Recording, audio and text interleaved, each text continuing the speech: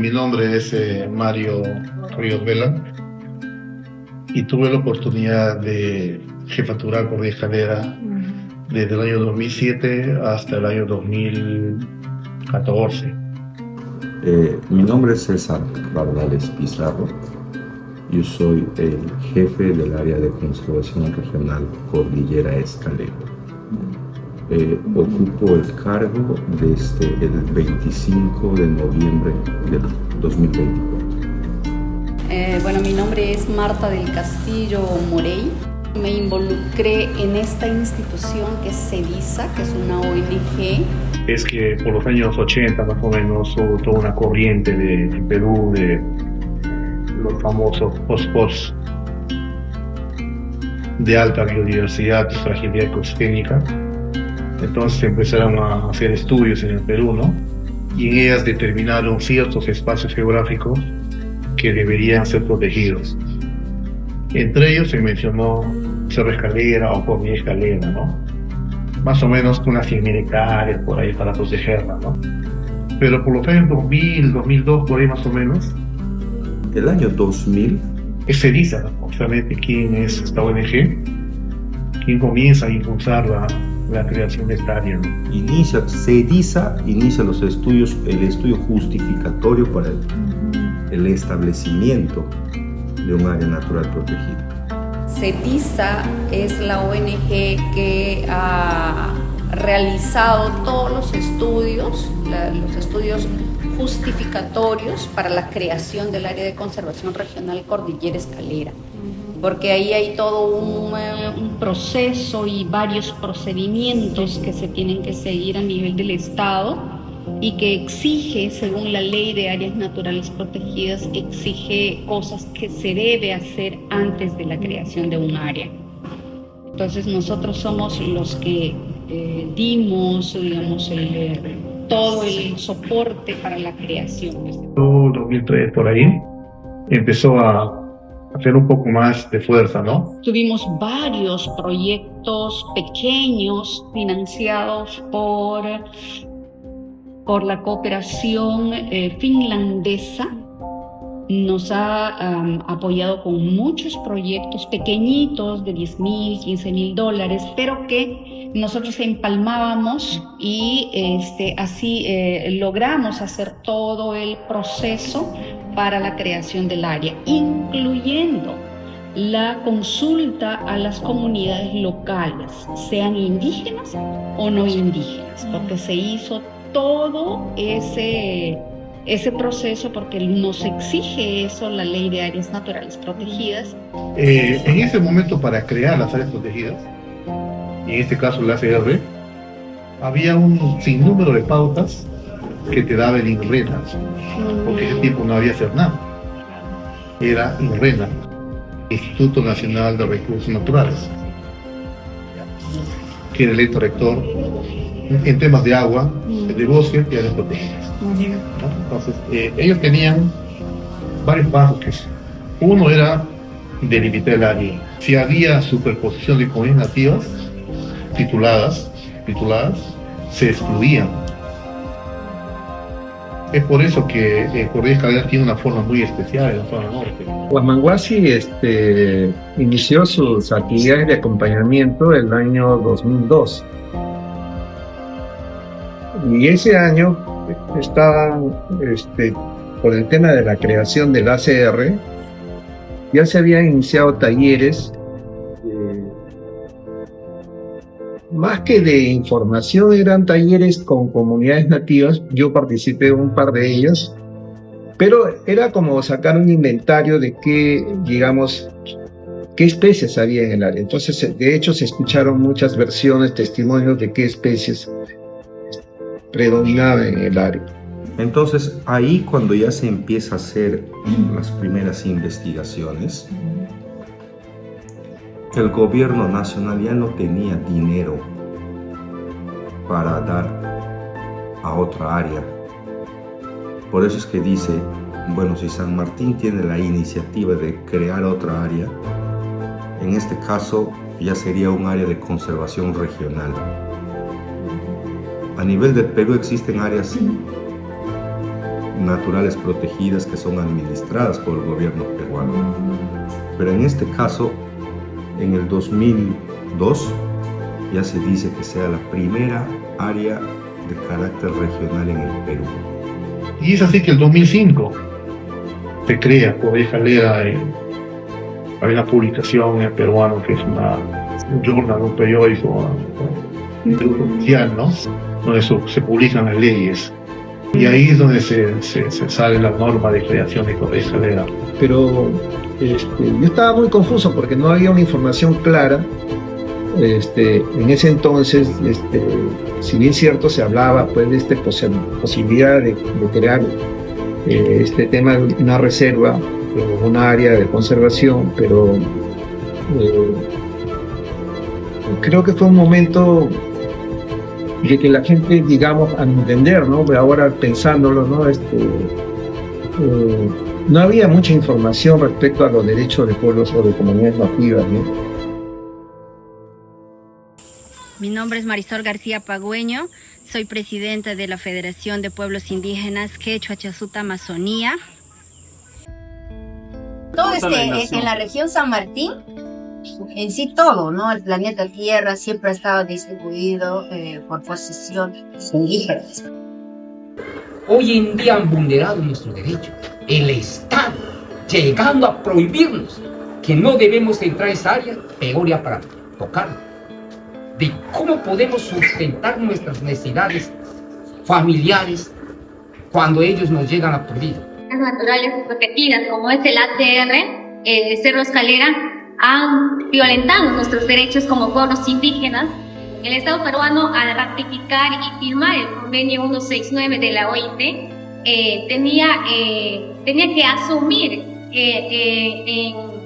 en velar por los derechos de los pueblos indígenas, pero ha sido un gran atropello esa creación al despojarnos de los territorios ancestrales.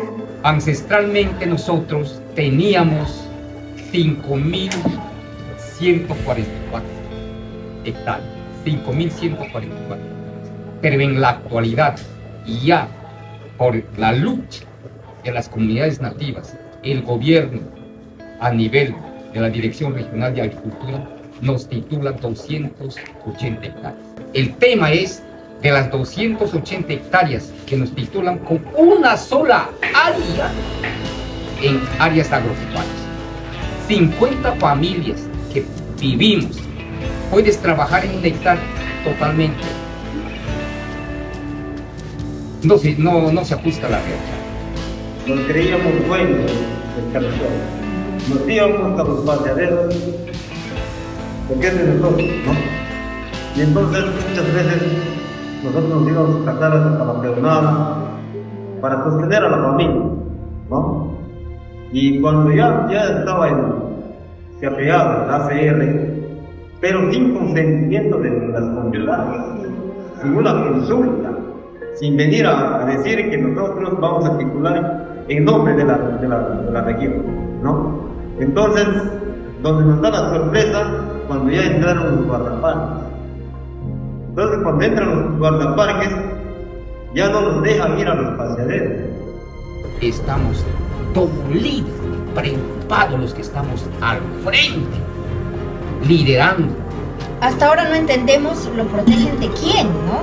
Porque a nosotros nos han restringido el uso ancestral, no podemos cazar, pescar y mucho menos, hay muchos sabios, sabias que van a los territorios que son sagrados a tener esta conexión más cercana con las deidades, ¿ya? Entonces esas cosas se están rompiendo y a su medida que va a pasar el tiempo hay un impacto en nuestras vidas.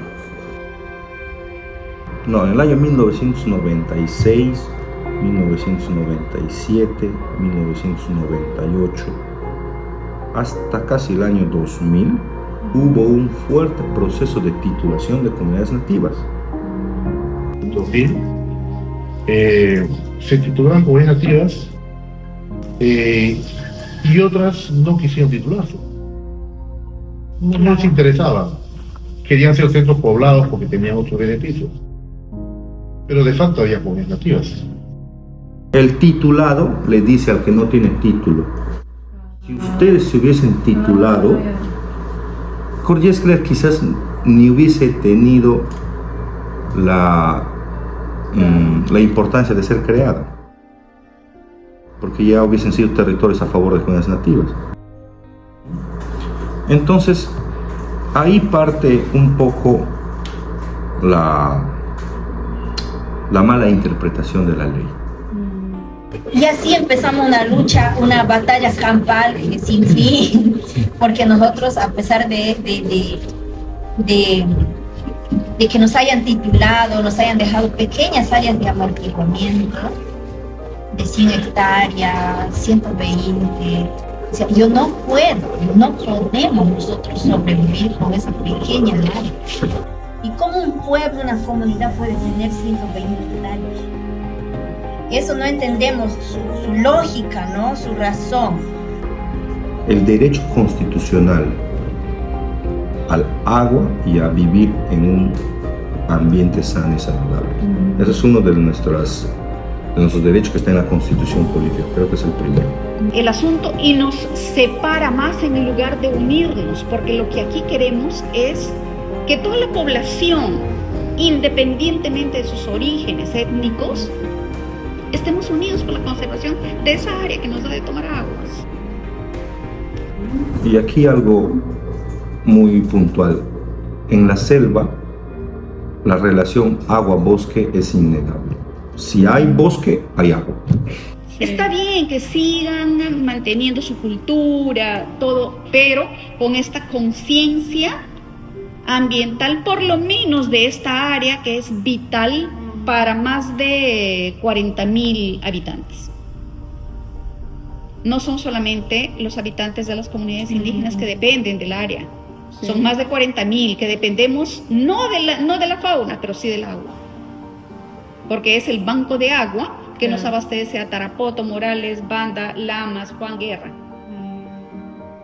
Pero cuando llegaba, cuando entré de la sede de Huasin, yo a mi modo no tanto estaba de acuerdo, no estoy de acuerdo ni.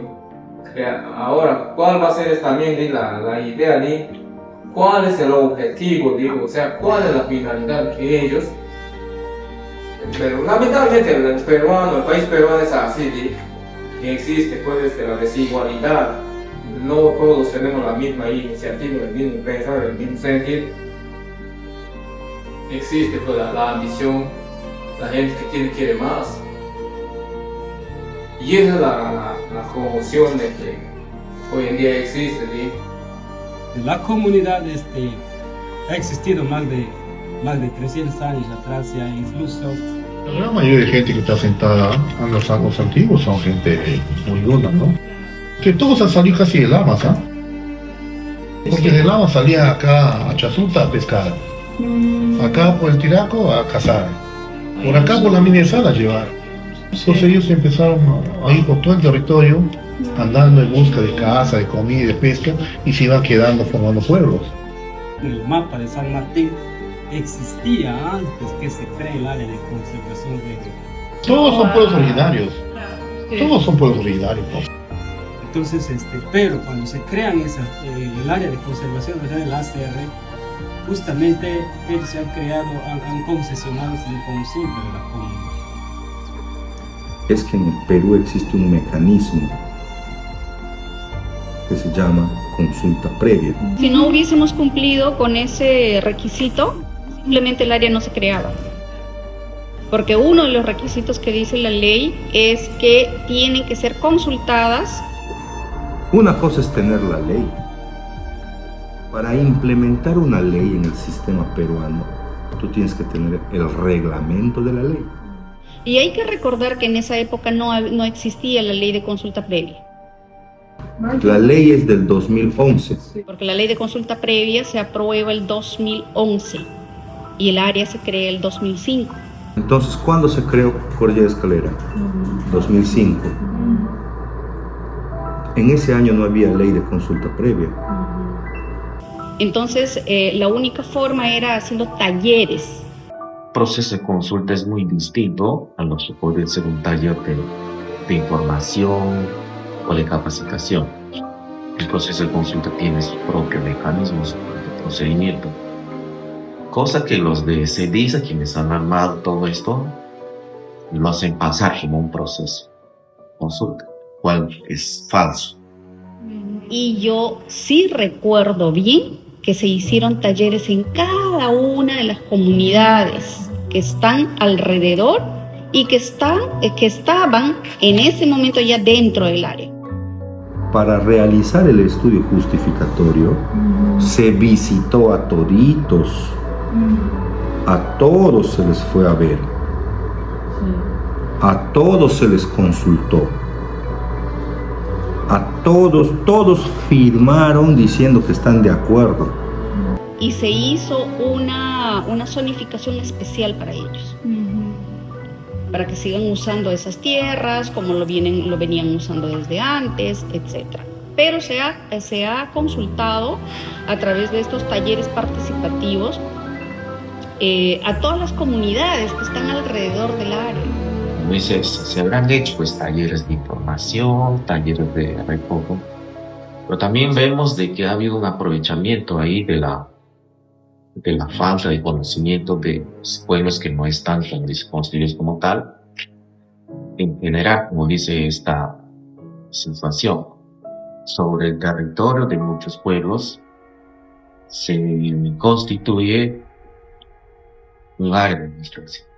O sea, seguramente si a la gente le preguntaban que si era importante conservar el oso, la gente iba a decir, claro, es importante conservar el oso, pero a la gente nunca le dijeron que eso iba a implicar que no les fueran a titular y que eso iba a implicar que no iban a tener derecho a hacer uso de los recursos que ancestralmente tienen. O sea, realmente no ha habido información como tal.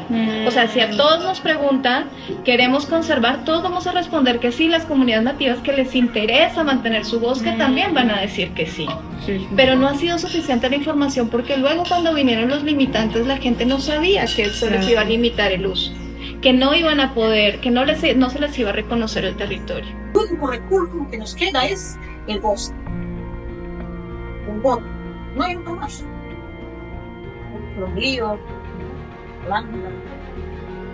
Nosotros hemos sido despojados 100% del territorio por el área de conservación regional en 2005. Y cuando nosotros nos creamos como una comunidad nativa, de ahí ya nace el conflicto, que ya prácticamente ellos ya estaban acaparando ya como nosotros, como comunidad que nos correspondía. Entonces nosotros también empezamos a encaminar ese tema, pero a nosotros ya nos habían despojado. Y empezó el conflicto por el tema territorial. Ellos entran sin consultar con nosotros, con la comunidad, y entran a hacer unos hitos, así de cemento, por decir. sin consultar con nosotros. El tema del ACR para nosotros era un impedimento. Nos ha vulnerado el derecho más de 50 familias, habitantes más de 100 personas, entre chicos y grandes. Estas áreas naturales protegidas se crearon sin la consulta previa. Nosotros como pueblos indígenas, dueños ancestrales de estos territorios, hemos sido invisibilizados y no hemos sido consultados, y mucho menos ha tenido nuestro consentimiento para que creen estas áreas naturales protegidas. Y ahí el Estado ha aprovechado el desconocimiento de nuestra comunidad, de la población.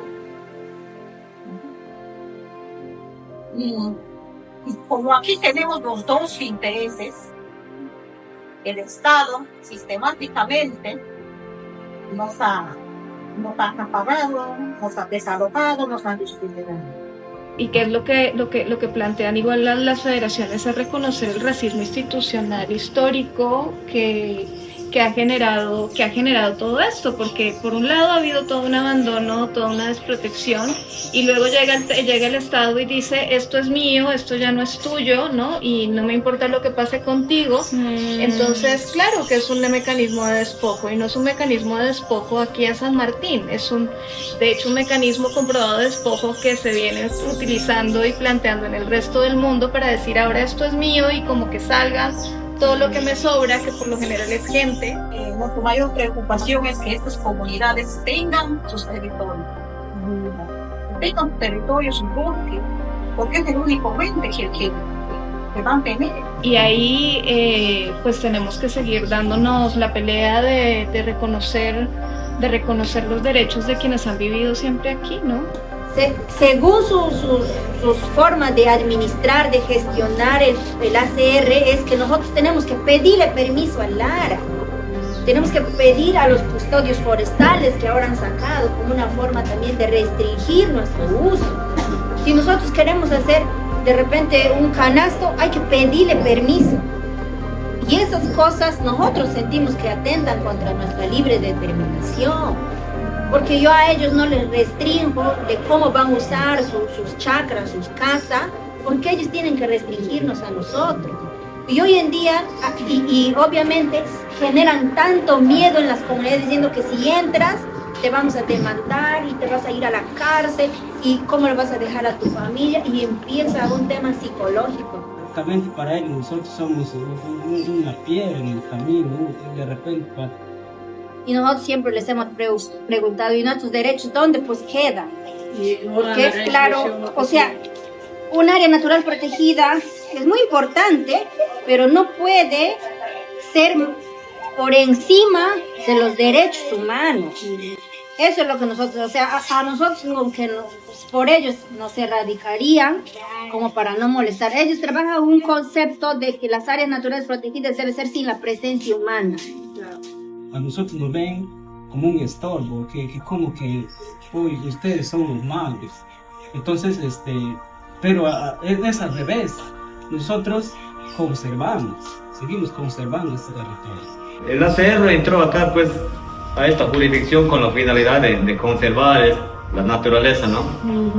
Pero nosotros también como comunidad nativa estamos en la disposición de conservar nosotros mismos.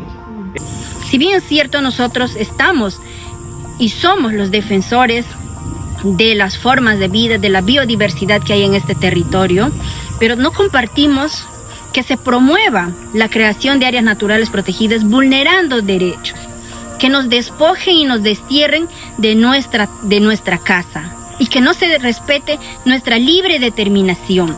De restringirnos el libre tránsito en nuestra propia casa es lo que nos preocupa.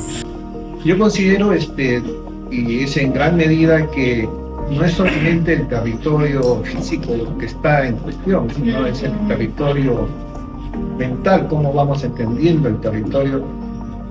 Entonces ese es un tema central, ¿no? Este tema de realmente poder ir más allá de los límites mentales que se tienen desde el Estado, de cómo se entiende el territorio, para poder entender de manera mucho más compleja el territorio y sus relaciones, ¿no? Yo, como gestor del área, me han contado una parte de la historia. pero yo gestiono con los documentos oficiales. Yo no gestiono con la historia. El tema de las áreas naturales protegidas, o sea, tiene que ver con la discusión que se tiene a nivel nacional de qué es lo que entiende justamente y de bueno, que no está totalmente claro, digamos, qué es lo que el Estado entiende por territorio para él, solamente es un área, ¿no?, en el mapa y punto, pero para los pueblos indígenas es todo lo que sucede en ese territorio y es todo lo que se ve y no se ve en ese territorio. El tema del ACR es un bonito ejemplo de cómo abordar el territorio, pero creo que hay que ir más allá de lo físico, ¿no? Y esa es en gran medida porque también se nos ha apropiado el tema de que la naturaleza es una mercancía y estamos reclamando réditos económicos por sobre encima de nuestras perspectivas culturales. Yo respeto los documentos oficiales. Hay un documento de un proceso que se llama el documento justificatorio, entonces yo creo en lo que está escrito, no creo en la historia. Y cómo realmente salir de estos límites mentales que tienen para entenderlo. Nosotros estamos luchando por nuestro territorio. Quizás no será hoy ni mañana, pero sí vamos a luchar por nuestro título. Y les invitamos al gobierno, a las entidades del Estado, a que podamos construir juntos políticas públicas que incluyan la voz, nuestra visión, nuestra filosofía y que puedan respetar nuestra gobernanza y nuestra autonomía. Yo creo que las cooperativas tienen tantas necesidades económicas como nosotros. Entonces yo pienso que eso es lo primero que hay que reconocer. Si partimos de eso, entonces ellos tienen que ser partícipes económicamente. No, tienen que haber beneficios. Porque el cambio climático no va a distinguir a estos sí, a estos no.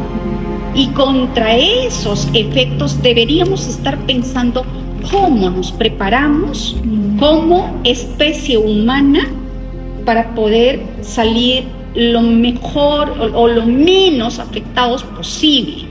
O sea, no estamos a contra de las áreas naturales protegidas. Sí estamos de acuerdo que se crean, pero también que nos consideren a nosotros y que sepan que el trabajo que nosotros hacemos trabajo efectivo justamente basado en la conservación. Pero pese a esta forma de crear áreas naturales protegidas, excluyentes, nosotros hemos sabido resistir y nos estamos adaptando.